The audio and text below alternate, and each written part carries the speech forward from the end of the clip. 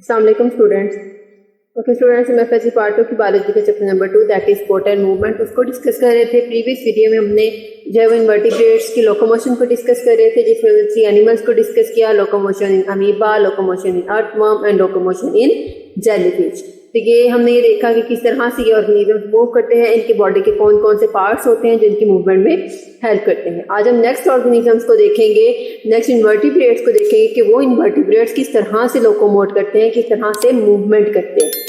तो सबसे पहले हम इसमें देखते हैं लोकोमोशन इन कॉकरोच। अगर हम कॉकरोच को देखें तो कॉकरोच जो होता है वो 2 तरह से मूव कर सकता है। आप देखते हो अपनी डेली लाइफ में भी कि जो ऑर्गेनिजम्स जो कॉकरोच होता है वो 2 तरह से मूव कर सकता है। वो एक तो चल के मूव करते हैं, दूसरा वो फ्लाई भी कर सकते हैं। मतलब कि वो वॉकिंग भी करता है और फ्लाइंग भी करता है। वो किस तरह से वॉकिंग करता है, किस तरह से फ्लाइंग करता है, उसकी बॉडी के कौन कौन से पार्ट्स उसकी वॉकिंग में, उसकी फ्लाइंग में इन्वॉल्व है, वो सारी चीजें हम आज पढ़ेंगे। सबसे पहले हम देखते हैं स्विफ्ट वॉकिंग। ठीक है, हम देखते हैं कि कॉकरोच किस तरह से तेज तेज मूव करता है। आपको यहाँ पे कॉकरोच की डायग्राम नजर आ रही है, मैंने यहाँ पे कॉकरोच नोट किया हुआ है। कॉकरोच के 3 पेयर्स ऑफ लेग्स होते हैं। जो आगे वाले लेग्स हैं उनको क्या कहते हैं, 4 लेग्स, सेंटर वाली को मिड लेग और पीछे वाली को हाइंड लेग। अब हम देखते हैं कि 4 लेग्स, मिड लेग्स या हाइंड लेग्स उसकी बॉडी की मूवमेंट में किस तरह से हेल्प आउट करते हैं। सबसे पहले अगर हम देखें 4 legs pull the body forward. 4 legs क्या करती हैं, कॉकरोच की बॉडी को फॉरवर्ड या आगे की तरफ मूव करवाती हैं। Hind legs pushes it in the same direction. अब 4 लेग ने क्या करना है, बॉडी को आगे की तरफ मूव करवाना है, तो हाइंड लेग पिछली टांगे भी बॉडी को आगे की तरफ पुश करती है। मिडिल लेग्स क्या करती है, middle legs act as prop. Prop किसे कहते हैं, सपोर्ट को। कि मिडिल लेग्स जो दरमियान वाली लेग्स होती है वो सपोर्ट प्रोवाइड करती है, उसको जो है वो सहारा देती है। Legs move together and the process repeated. ये प्रोसेस रिपीट होता रहता है यहाँ तक कि ऑर्गेनिजम्स आगे की तरफ मूव कर जाते हैं। अब हम देखते हैं फ्लाइट किस तरह से करते हैं। Posterior pair of wings involved in flight. अब इसके ऊपर ये जो एंटीना होते हैं ये फ्लाइट में जो है वो इन्वॉल्व नहीं होते। जो कॉकरोच होते हैं इसकी बॉडी पे विंग्स होते हैं जो कि इसकी फ्लाइट में इन्वॉल्व होते हैं। बीट इन द ईयर, उसके विंग्स क्या करते हैं, हवा में बीट करते हैं। जिस तरह से आप देखते हैं जब परिंदे हवा में उड़ते हैं तो उनके पर फड़फड़ाते हैं, हवा में बीटिंग करते हैं। तो इसी तरह जो कॉकरोच के विंग्स है वो भी हवा में बीट करते हैं, तो कॉकरोच जो है वो फ्लाई करते हैं। Support the body weight and move insect through the air.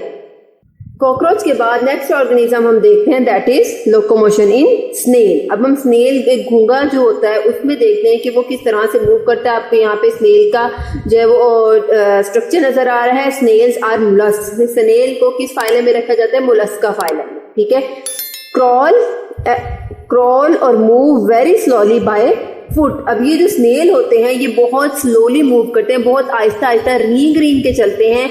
किसकी मदद से चलते हैं, अपने फुट की मदद से। इसके फुट कहाँ है, इसकी बेस में। इसका ये फुट वाला पोर्शन है, ये हेड है और ये शेल है। जब भी इसको कोई डेंजर आता है, कोई भी इसको लगता है कि इसे कोई खतरा आ रहा है, तो ये फौरन से अपने आप को अपने शेल के अंदर छुपा लेते हैं।